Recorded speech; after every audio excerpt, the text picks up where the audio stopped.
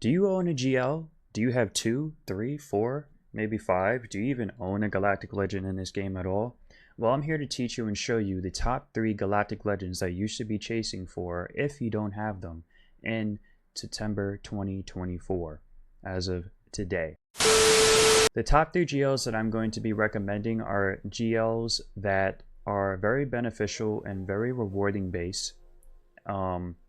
They do return a lot of things for you, such as fleets, mods, materials, etc, etc. Now, the first GL that I'm going to be reviewing in this top 3 list is Supreme Leader Kylo Ren. Supreme Leader Kylo Ren is a Gen 1 GL that came out years ago that was released beside Rey. Now, when it comes to Kylo, he does come with Finalizer Fleet, and there's also been Lightspeed bundles revolved around getting him as well. The Lightspeed bundles are basically bundles that can pay a certain amount of threshold of money, not too much, that will accelerate your farming for Kylo, for Rey, for any Lightspeed bundle that Capital Games or CG has dropped in the past. And the Lightspeed, there are Lightspeed bundles for Supreme Leader Kylo, not as of currently today, in the past. So if you have missed out on the Lightspeed bundles, not really a big issue, because Kylo's requirements aren't really that big. It's really simple. All of his requirements are basically, first order requirements. If we go to the journey guide here and click on Kylo here, you can see basically all of his requirements are just all first order. Even the capital ship 2 finalizer. The only non-first order characters and requirements are Emperor Palpatine and veteran smuggler Han Solo, but they are required at low relic levels. Veteran Han, relic 3, and Emperor Palpatine, yes, relic 7. It is one of the upper higher requirements for Kylo. But however, Emperor Palpatine is very easily obtained in the beginning of the game. One of the first legendary journey guide characters that you would get, so that's really not an issue.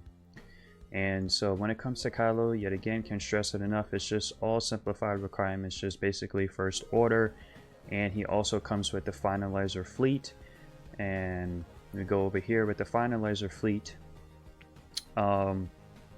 This fleet is basically more of an offensive fleet. You can use this fleet to take out Executor triple attacker counters.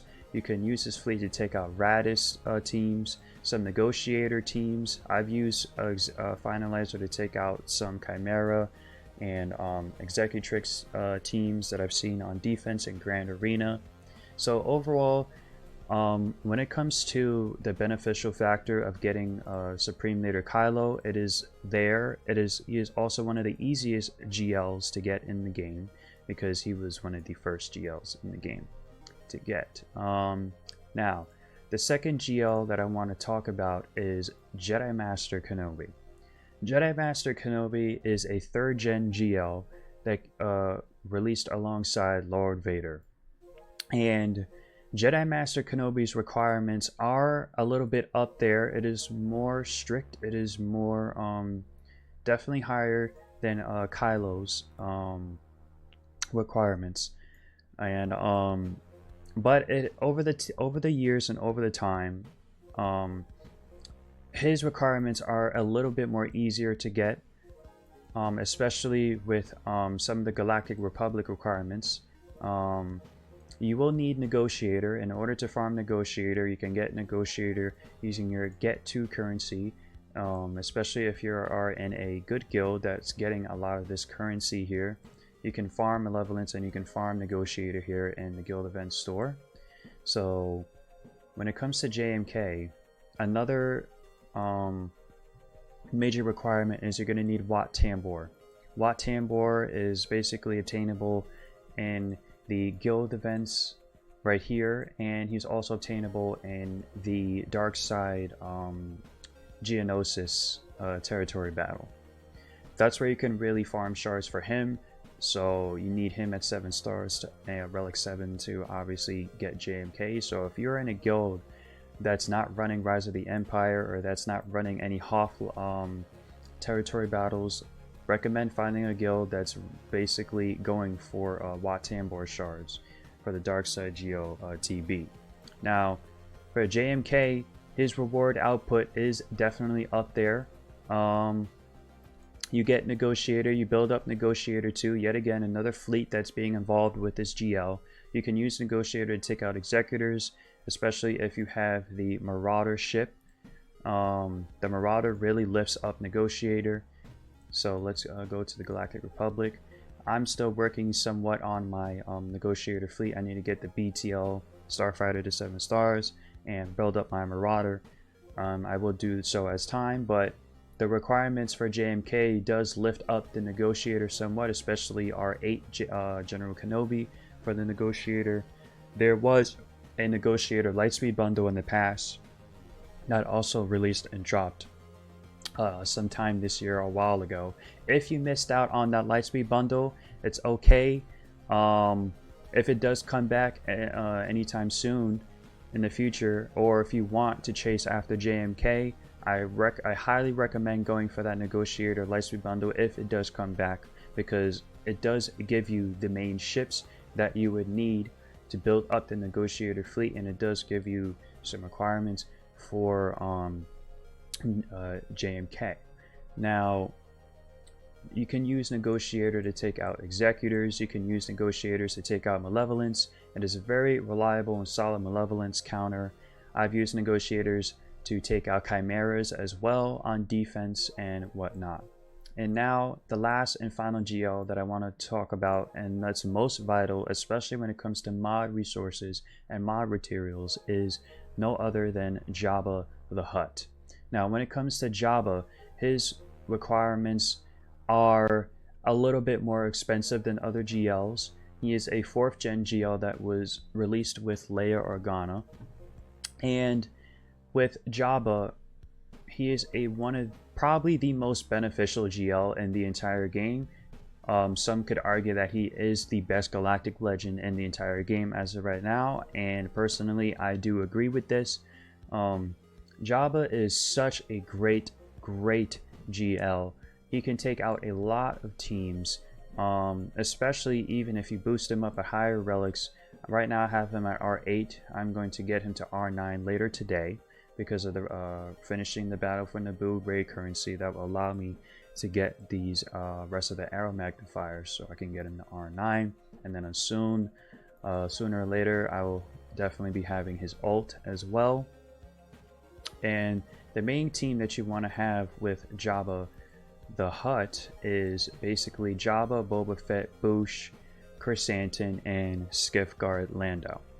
Now, this is what really makes the team get going. If you're a TW focused, you can maybe switch out one of these, especially for Embo, because Embo does lift the team as well, and T-War, especially with his Omnicron. And when it comes to Jabba the Hutt too, there is some profundity requirements being mixed in there, especially if you go in the journey guide, and let's take a look. One of the requirements for Jabba is definitely the ship Outrider, and you need Outrider to go for profundity. And that's what I like about certain GLs that have a mixture of requirements for other things.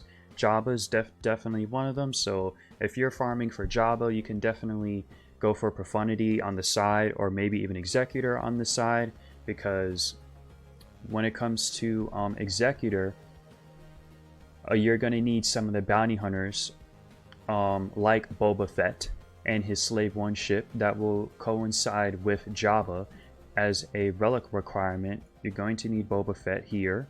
Where is he? Yeah, right here, Relic 7 Boba Fett. So basically Jabba is all around the best GL, arguably considerably the best GL. When it comes to modding,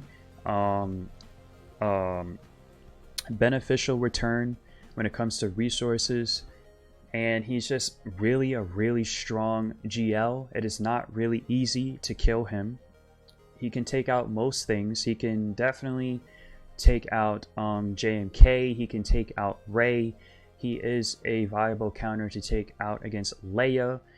I've seen Jabba's go on against JMLs as well.